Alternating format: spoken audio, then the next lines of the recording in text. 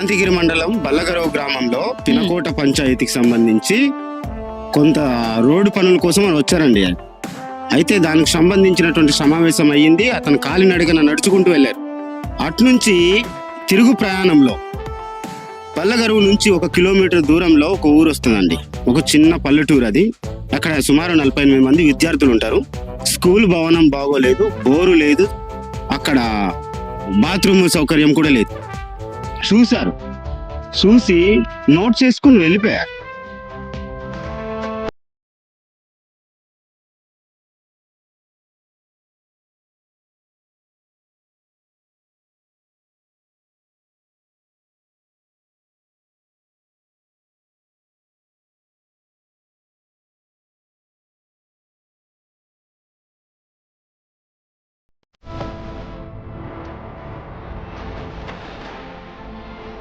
ఏదో వచ్చి ఎన్నో బిల్డింగ్లు చూసేవారు కానీ కట్టిస్తాం అనేవారు కానీ కట్టించేవారు కాదు. పవన్ కళ్యాణ్ గారు వస్తున్నారు, బల్లగారులో మీటింగ్ అనేసి అన్నారు సార్.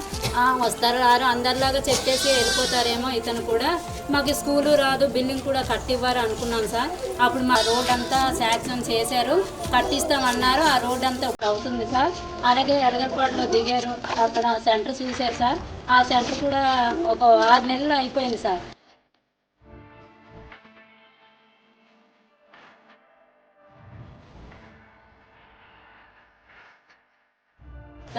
రిపేరింగ్ చేయించారు. అలాగే మాకు సెంటర్ కట్టించారు సార్. బాగానే కట్టారు. చుట్టుగోడ కూడా బాగున్నది. స్కూల్కి వేరేగా, మాకు వేరేగా.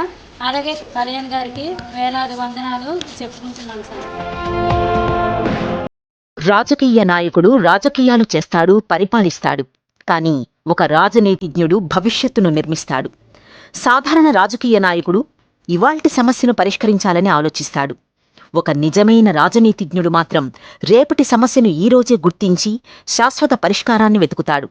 గత 2 ఏళ్లలో ఉప ముఖ్యమంత్రి శ్రీ పవన్ కళ్యాణ్ గారి పాలనలో మనం చూసింది కేవలం పథకాల అమలు కాదు, సమస్యలను చూసే కొత్త దృక్పథం, పాలనలో వినూత్న ఆలోచనలు, భవిష్యత్తును దృష్టిలో పెట్టుకుని తీసుకున్న నిర్ణయాలు. అడవులను కాపాడడం అంటే చెట్లు నాటడం మాత్రమే కాదు, ప్రకృతి సమతుల్యతను కాపాడటం. అడవి ఏనుగుల సమస్య వస్తే సాధారణంగా కంచెలు, హెచ్చరికలు, తాత్కాలిక చర్యలే కనిపిస్తాయి. కానీ రాజకీయాలు పక్కన పెట్టి కర్ణాటక రాష్ట్రంతో చర్చించి శిక్షణ పొందిన కుంకి ఏనుగులను ఆంధ్రప్రదేశ్కు తీసుకురావడం సమస్యను శాస్త్రీయంగా పరిష్కరించే వినూత్న ఆలోచన. పులుల సంఖ్య తగ్గుతోంది, ఇది అందరికీ కనిపించే సమస్య. కానీ ఆ సమస్య వెనుక ఉన్న కారణాన్ని గుర్తించడం, దానికి శాస్త్రీయ పరిష్కారం వెతకడం, అదే నిజమైన నాయకత్వం. ప్రత్యేకించి వచ్చింది భూపేందర్ యాదవ్ గారికి, honourable minister for environment and forest and climate change. ఏమడిగామంటే మనకి మేల్ టైగర్స్ ఎక్కువైపోయినాయి, ఫీమేల్ టైగర్స్ తగ్గిపోయి, దాంతోపాటు ఏంటంటే సేమ్ జెనెటిక్ పూల్ అయిపోయేటప్పటికి ఆ డైవర్సిటీ పోయి ఇన్బ్రీడింగ్ అయిపోద్ది, కొంచెం హెల్దీ జెనెటిక్ పూల్ ఉండదు అనేది ఉన్నది. అందుకని మేము ఏం అడిగామంటే 6 టైగర్స్ దాన్ని గౌరవ మహారాష్ట్ర ముఖ్యమంత్రి ఫడ్నవీస్ గారిని ప్రభుత్వాన్ని అడిగితే వాళ్ళు వెంటనే మనకి యాక్సెప్టెన్స్ ఇచ్చారు. మధ్యప్రదేశ్ నుంచి రావాల్సింది, అది కూడా మన మోహన్ యాదవ్ గారితో మాట్లాడారు. ఆడపులులను తీసుకురావాలనే ఆలోచన, ఇది సంప్రదాయ పరిపాలనలో కనిపించే నిర్ణయం కాదు, సమస్యను చూసి స్పందించడం కాదు, సమస్య మూలాన్ని అర్థం చేసుకుని భవిష్యత్తును కాపాడే పరిష్కారాన్ని వెతకడం నిజమైన నాయకత్వం. ప్రకృతిని రక్షించడం అంటే కేవలం అడవులను కాపాడటం కాదు, భవిష్యత్తును కాపాడటం. భావితరాలకు స్వచ్ఛమైన గాలిని, జీవ వైవిధ్యాన్ని అందించే లక్ష్యంతో రాష్ట్ర వ్యాప్తంగా 5 కోట్ల సీడ్ బాల్స్ ద్వారా రాష్ట్రంలో పచ్చదనాన్ని 50% పెంచి హరితాంధ్ర సాధన లక్ష్యంతో పాటుగా సముద్ర తీరాన్ని, తీర ప్రాంత గ్రామాలను రక్షించేందుకు great green wall of Andhra పేరుతో 1053 కిలోమీటర్ల మేర మడ అడవుల పెంపకానికి నాంది పలికారు.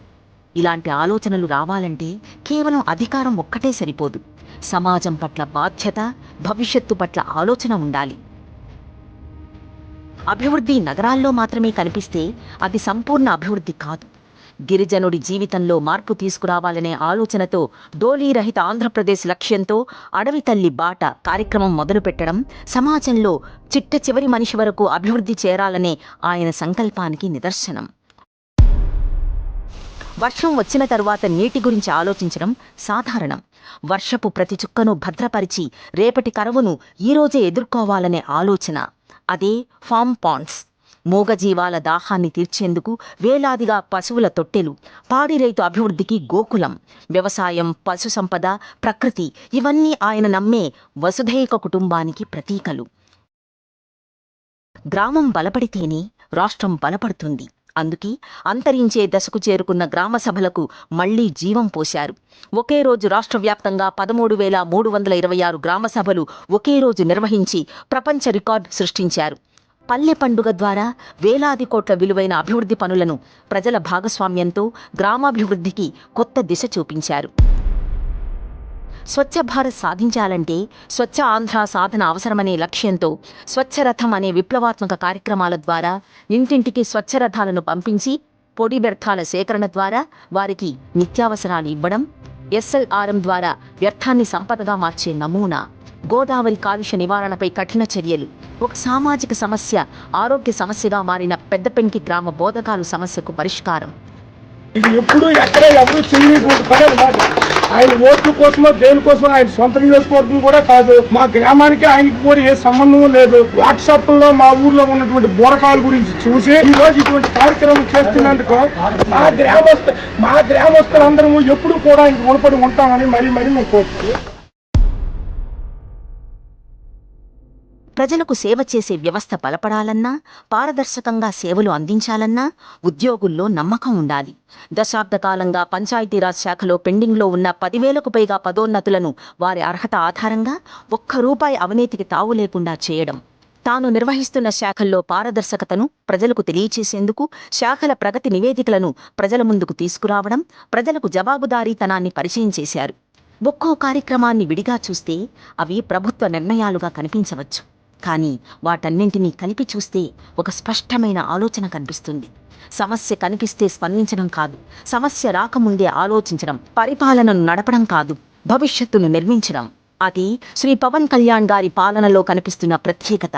ఎందుకంటే సాధారణ రాజకీయ నాయకుడు ఎన్నికల గురించి ఆలోచిస్తాడు, ఒక రాజనీతిజ్ఞుడు మాత్రం రాబోయే తరాల గురించి ఆలోచిస్తాడు.